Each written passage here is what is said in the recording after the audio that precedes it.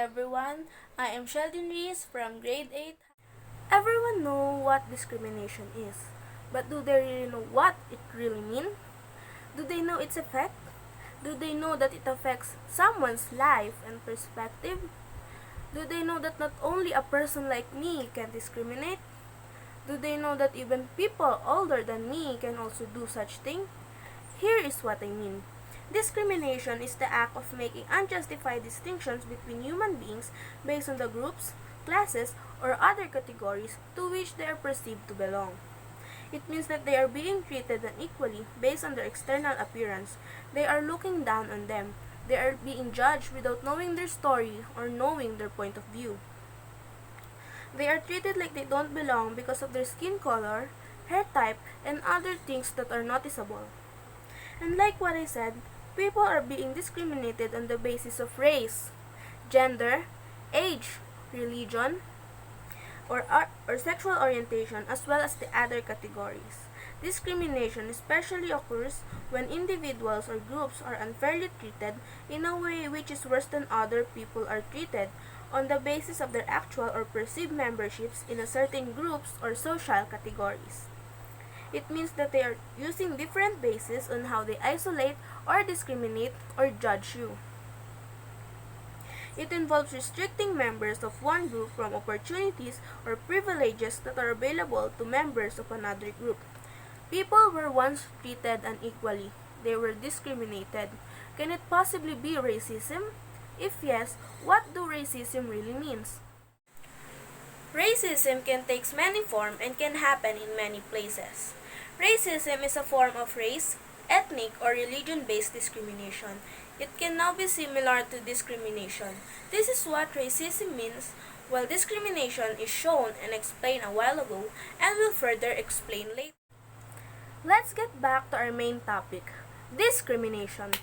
How does it affect a citizen or a person? Does it affect a person a lot? Is the words you're uttering hurtful? Do you even think the words you're saying before you release it? Well, it's time to stop your improper behavior. It's a time you learn the effect of discrimination. Let's for example ask, where is discrimination rooted? The answer is, it is rooted to fear. Being isolated or discriminated in different ways can result to fear, anger, sadness, and other negative feeling. A person who is once discriminated said, "You feel less than a person." It was Elijah Bowers. On the other hand, Leah Ashelman also said, "Like I'm below humanity. It feels like you are not real. Your words are never heard." Some people try to interact with others while avoiding to show their two sides. They only show their good side in fear of being discriminated. But it still won't work because there are a few people who is working hard to get through your side, especially when they know that there you also have your bad side. Discriminatory traditions, policies, ideas, practices, and laws exist in many countries and institutions in all parts of the world, including territories where discrimination is generally looked down upon. Basically, discrimination exists worldwide. Maybe when you're just walking in the street, people look at you with envious eyes and actions. Discriminatory was not only defined with an unfair judgment. Discrimination was also defined with its 12 types, from age, caste, disability, language, name, nationality, race or ethnicity, religion, religious belief, sex, sex characteristics, gender and gender identity, sexual orientation, and reverse discrimination. Let's first start off with the discrimination of age. Ageism or age discrimination is discrimination and stereotyping based on the grounds of someone's age. It is a set of beliefs, norms, and values which used to justify discrimination or subordination based on person's age. It means that you are differentiating the age from the person. You are like, 39 ka pa lang pala? Akala ko 50 ka na. It may sound a joke, but most of us said this kind of line already. 19 ka na, kaya umakto ka ng naayon sa edad mo. People force you to act as if it's like you can feel free. Tignan mo, kaya hindi ka sinasama sa galaan kasi ganyan ang ugali mo. 16 ka na, kaya magtino ka. They're giving facts about who you are. They just won't give support. And what's more worse is that they are insisting their words, that later on you'll feel different with others. You might come to think to the idea, iba na ba talaga ako sa kanila? What is caste? According to UNICEF and Human Rights Watch, caste discrimination affects 250 million people worldwide and is mainly prevalent in Asia and Africa. As of 2011, there are 200 million Dalits or scheduled caste in India. And this is all for now because if I discuss one by one, it'll take a different path. Disability. We all know what it means. We often heard or see this. PWD or persons with disability. What does it have to do with discrimination? You are just sitting in a wheelchair because you had your accident and there's only a slight percent of chance you can walk again. Why do you think people look so down to the people sitting on a wheelchair? Don't they know that their end game is also sitting on a wheelchair? Discrimination against people with disabilities in favor of people who are not is called ableism or disableism because ableism or disableism or anapirophobia or anapirism or disability discrimination is a discrimination and social prejudice against people with disabilities and or people who perceive to be disabled, and we'll tackle more on later. Philippines is known for having 175 spoken languages and is top 5 in the list of world's top English population from US, India, Pakistan, and UK. For communication, people use their own language. Sometimes they try to learn other language to communicate better. Sometimes they try to learn Chinese to communicate with someone better. Some tries to understand Korean or Hangul language to watch a melodrama more efficiently. Annyeonghaseyo, ni hao. But why is a person discriminated for its language? Diversity of language is protected and respected by many nations which value cultural diversity.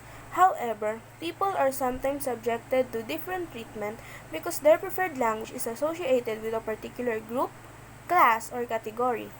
Notable examples are the anti-French sentiment in the United States as well as the anti-Quebec sentiment in Canada, targeting people who speak the French language. Commonly, the preferred language is just another attribute of separate ethnic groups. We are uniquely gifted with different perspective, different talent, and other. We also have different kind of name that is uniquely beautiful. Our name has a story to tell, like how I tell the meaning of my name. Cheldyne is a word that cannot be defined. Even sometimes I tried to ask my parents, where is it derived? They only answered, hindi ko alam, naisip lang namin bigla. Ayaw mo nun, kakaiba pangalan mo? And Reese is an anglicized spelling of the Welsh name Reese. It is a gender-neutral given name which means ardent or fiery. In 2012, the female version of the name peaked, ranking at 128 in popularity of given names in the United States of America. The male version of the name peaked in 2003, ranked at 368. At the time, the female Reese was ranked at 464. The name Reese overall was not ranked in the top 1,000 until the year 2000. So why are they criticizing your name? Discrimination based on a person's name may also occur, with researchers suggesting that this form of discrimination is present based on a name's meaning, its pronunciation, its uniqueness, its gender affiliation, and its racial affiliation. Research has further shown that real-world recruiters spent an average of just 6 seconds reviewing each resume before making their initial fit or no-fit screen-out decision, and that a person's name is one of the 6 things they focus on most. Are they insecure about their own name? Being a known person is better than being an unknown person. It's better to greet a person with a smile and name It's better to introduce yourself with a smile and name than greeting and introducing with only a smile. Nationality discrimination is more likely to us bound together with racial discrimination. Racism is mentioned a while ago, and this is just an additional information. Racism can be revealed through people's action as well as their attitude, but sometimes it is not revealed at all. Not all racism is obvious. Racism is more than just words, beliefs, and actions. It includes all the barriers to prevent people from enjoying dignity and equality. Racial and ethnic discrimination differentiates individuals on the basis of real and perceived racial and ethnic differences and leads to various forms of ethnic penalty.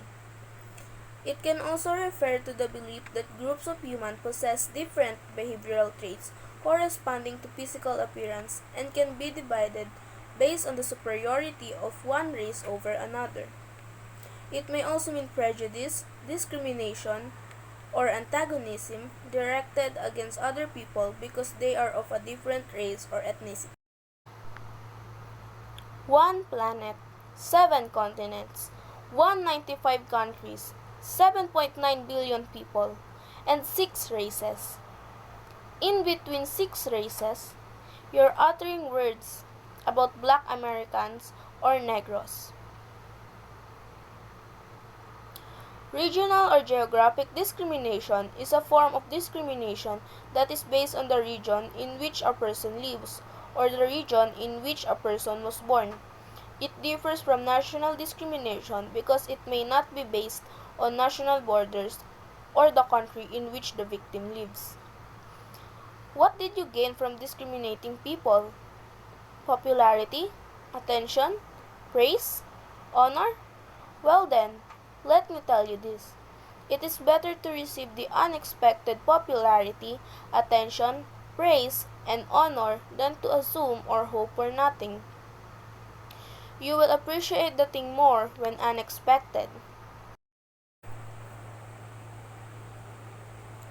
People say, "Wag kang lalapit dyan, maitim yan." Having a black skin is better than having a pale skin. Huwag kang didikit sa kanya, mabaho siya. In my mind, seryoso ka ba? The offensive words you're uttering towards a person stings more than the foul smell of a person. You don't belong here. Get lost. We often see this in a movie, read in a story, or sometimes heard in reality. Why can someone say such words? Do they need understanding? Do they need attention? Love? Pero anong alam nila sa love? If in simple respect they can't even express it, then they'll say they're a nice person? I was like, in what part of them? I have this attitude in the past and come to change a perspective. Not all Negros have attitude. I also did this discrimination in the past, but I have this friend that helped me to see the good things in them. We all have different belief, or in Filipino, paniniwala. We all have different beliefs, like beliefs in good and bad luck, beliefs in horoscope, and so on. And so as religion.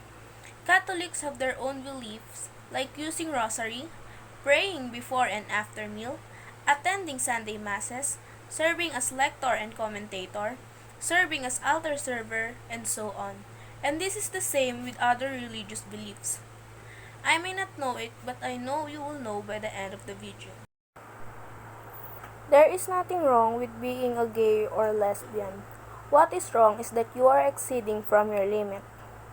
Why are people judging your gender? Why are there people uttering words about you? What do they know about you? Will it lessen your dignity? Perhaps. Sexism is a form of discrimination based on a person's sex or gender. It has been linked to stereotypes and gender roles and may include the belief that one sex or gender is intrinsically superior to another. Gender discrimination may encompass sexism and is discrimination toward people based on their gender identity or their gender or sex differences. Gender discrimination is especially defined in the terms of workplace inequality. The two other types of discrimination, which is sexual orientation and reverse discrimination, will be just given later. It's a bit sensitive for an. How did I mention all of it? Because I did it once. At least I admit it better than lying. Now you're asking, why did I came up to this topic? Because many young people or people at my age are doing this. Discrimination isn't just an act. Isn't just like more on racism, but more on socially, physically, and emotionally. A person may not say or utter the words, "Ano bang ginawa ko sa'yo? Sa inyo? Para ganituhin ninyo ako." Nasasaktan na ako sa sinasabi at ginagawa nila. May mali ba sa akin? Ayoko na. Suko na ako sa ginagawa nila. Deep inside, they are broken into tiny pieces. They are tear down. They are also hurt. Without saying a word, a tear can automatically flow from their eyes to their cheeks. You will start to wonder, iba na ba talaga ako sa kanila? Anong pinagkaiba ko sa kanila? Ako ba yung may mali? Ako ba yung naiiba? Ako ba yung hindi belong? Can't we say a word without a hurtful one? Can't we just enjoy a peaceful life? The peaceful life without questions, without miseries, without an adventure to answer. Maybe someday I will make this topic in my research or thesis. I'll defend this topic so everyone will be fairly judged. I am a just person, a fair one. I can't agree on things that is unequal. Other countries such as Australia, Canada, Hong Kong, Israel, Netherlands, United Kingdom, and United States already have legislation, act, or rule about this discrimination thing. I am wondering when Philippines will notice this. When will they start to notice the unfair judgment of every person? When will they make action about it? Fellow citizen getting hurt? Don't government like freedom? So where is freedom in discrimination and racism? How can they enjoy the freedom and rights they have when they do nothing but hide? How can they fight for themselves as one when there are more people than you? Here is the answer. When one is aggregated, the greater the size. You can fight for yourself alone, even without a help. Your love for yourself is the greatest love of all, and no one can beat it. You can save yourself, and you know it.